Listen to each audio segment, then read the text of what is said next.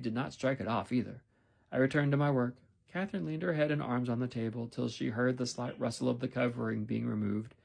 Then she stole away and quietly seated herself beside her cousin. He trembled and his face glowed. All his rudeness and all his surly harshness had deserted him. He could not summon courage at first to utter a syllable in reply to her questioning look and her murmured petition.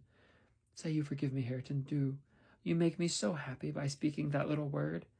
He muttered something inaudible. "And you'll be my friend?" added Catherine, interrogatively. "Nay, you'll be ashamed of me every day of your life," he answered.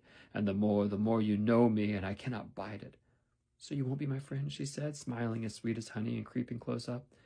I overheard no further distinguishable talk, but on looking round again I perceived two such radiant countenances bent over the page of that accepted book that I did not doubt the treaty had been ratified on both sides, and the enemies were thenceforth sworn allies. The work they studied was full of costly pictures, and those and their position had charm enough to keep them unmoved till Joseph came home. He, poor man, was perfectly aghast at the spectacle of Catherine seated on the same bench as Hareton Earnshaw, leaning her hand on his shoulder, and confounded as his favourite's endurance of her proximity. It affected him too deeply to allow an observation on the subject that night. His emotion was only revealed by the immense sighs he drew as he solemnly spread his large Bible on the table and overlaid it with dirty bank-notes from his pocket-book, the produce of the day's transactions. At length he summoned Hareton from his seat. "Take these to the master, lad," he said, "and bide there. All's gone up to the old ram. His whole northern messful nor seemly for us. We must side and search another."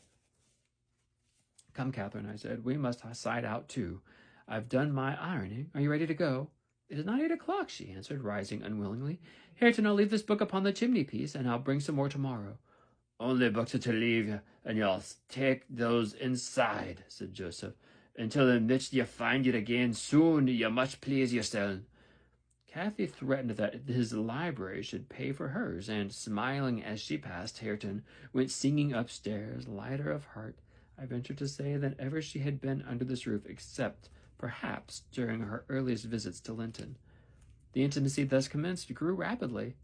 Though it encountered temporary interruptions, Earnshaw was not to be civilized with a wish, and my young lady was no philosopher and no paragon of patience, but both their minds tending to the same point, one losing and desiring to esteem, and the other loving and desiring to be esteemed, they contrived in the end to reach it. You see, Mr. Lockwood, it was easy enough to win Mrs. Heathcliff's heart, but now I am glad you did not try. The crown of all my wishes will be the union of those two. I shall envy no one on their wedding day. There won't be a happier woman than myself in England.